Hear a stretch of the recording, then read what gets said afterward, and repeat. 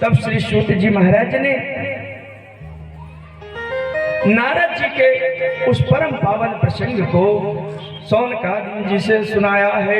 सौनकादि 88,000 ऋषियों से सुनाया है। और सूत जी जो है आगे कथा सुनाने लगते हैं और कहते हैं कि जो सुखदेव जी ने मुझे अपना अनन्य शिष्य जानकर एकांत में सुनाया था, एक दिन विशालापुरी में वे चारों निर्मल ऋषि सत्संग के लिए वहां आए और उन्होंने नारद जी को देखा। और नारद जी के साथ भी भगवान लीला में उनको जोड़ रखते हैं। भगवान नारद जी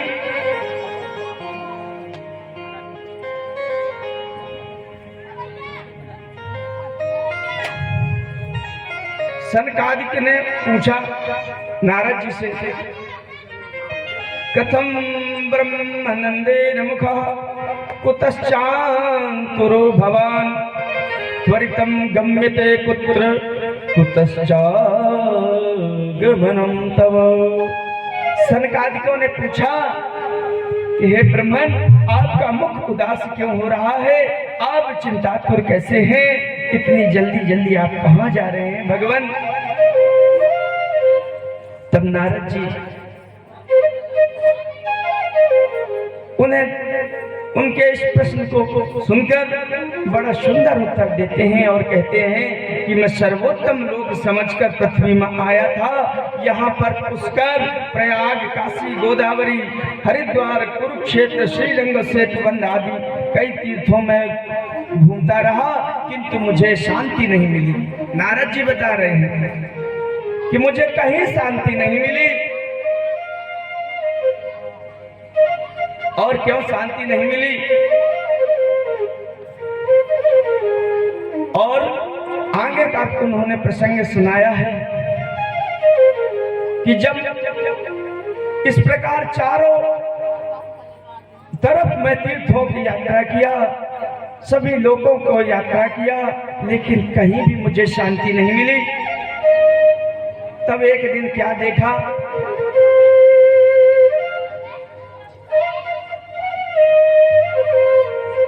कि एक युवती अपने 2 पुत्रों को लेकर बैठी हुई थी और रुदन कर रही थी। और उस युवती के जो 2 पुत्र थे वो बूढ़े हो गए थे। वो युवती कौन थी? भक्ति थी। और भक्ति के 2 पुत्र हैं, ज्ञान और वैराग्य। तो जब नारद जी को भक्ति महारानी ने देखा तो नारद जी से कहती है कि हे महात्मा, क्षण भर ठहर जाइए और मेरी चिंता का दमन कीजिए। तब नारद जी कहते हैं, कासितुम का विमोचेमा नार्यः का पद्मलोचना वद देवी सविस्तारम स्वस्य दुःखस्य कारणम। नारद जी ने बड़े सुंदर भाव से कहा कि हे देवी, तुम कौन हो और ये दोनों पुरुष तुम्हारे क्या होते हैं, सो कहिए। तो वह युवती कहती है कि हे महात्मा, मैं भक्ति हूं और ये मेरे ज्ञान और वैराग्य नाम के 2 पुत्र हैं, जो कि समय के फेर से और भक्ति भाव के लोप हो जाने से, धर्म के लोप हो जाने से इनकी ये स्थिति हो गई है। जब नारद जी को सारा वृतांत भक्ति ने सुनाया है, अपने पुत्रों ज्ञान और वैराग्य की दुर्दशा दिखाई है, तो नारद जी आह्लादित हो गए हैं और कहते हैं, हे साध्वी, ज्ञानेनात्मनि पश्यामि सर्वमेतद्वान् घे ना विषादस्त्वया कार्यो हरिः संते करिष्यति। नारद जी कहते हैं कि हे साध्वी, अपने हृदय में ज्ञान दृष्टि से तुम्हारे संपूर्ण दुखों का कारण देख रहा हूं। तुम्हें विषाद बिल्कुल भी नहीं करना है और श्री हरि ही तुम्हारा कल्याण करेंगे।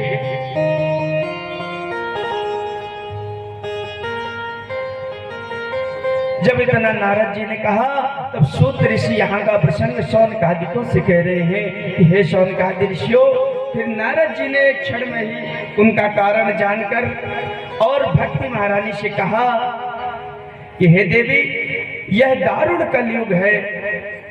इस समय सदाचार, योग मार्ग और तप आदि सभी लुप्त हो गए हैं। लोग सठता और दुष्कर्म में लगकर अघासुर बन गए हैं। अघासुर क्यों कहा नारद जी ने? अघासुर का अर्थ होता है अतृप्त। कलयुग में अतृप्त प्राणी ही तो होते हैं, कोई किसी से संतुष्ट नहीं है। मालिक नौकर से खुश नहीं है, पिता पुत्र से खुश नहीं है, पुत्र पिता से खुश नहीं है, पत्नी पति से खुश नहीं है, गुरु शिष्य से खुश नहीं है, शिष्य गुरु से खुश नहीं है। और तो और लोग तो आजकल भगवान से भी खुश नहीं है। इसलिए नारद जी ने कहा आघासुर, जिसको अघाव ही ना हो कभी, जो अतृप्त रहता हो। इसलिए उन्होंने अघासुर कहा है। और भक्ति जी महारानी से कहते हैं नारद जी,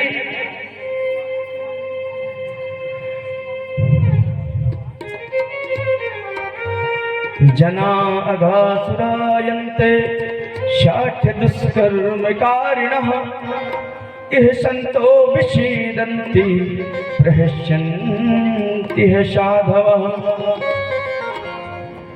और हे देवी, इस कलयुग में सत्पुरुष सज्जन पुरुष दुखी रहते हैं और सत्कर्मी जो है नाना प्रकार के दुखों से व्यथित रहते हैं। और यहाँ कलयुग में किसी का भी सत्पुरुषों का कल्याण नहीं है। तब भक्ति महारानी ने नारद जी से बड़ी सुंदर बात पूछी है। कथम परीक्षिताराज्ञा स्थापितो है सुचहि कलिः प्रवृत्ते तु कलो सर्वसारः पुत्र गतो महानो। भक्ति महारानी कहती है कि राजा परीक्षित ने इस पापी कलयुग को क्यों रहने दिया? इसके आते ही सब वस्तुओं का सार जाने कहाँ चला गया। करुणा में हरि श्री हरि से भी यह अधर्म कैसे देखा जाता है? मुने, यह संदेह दूर कीजिए। आपके वचनों से मुझे बड़ी शांति मिली है। भक्ति महारानी नारद जी से कह रहे हैं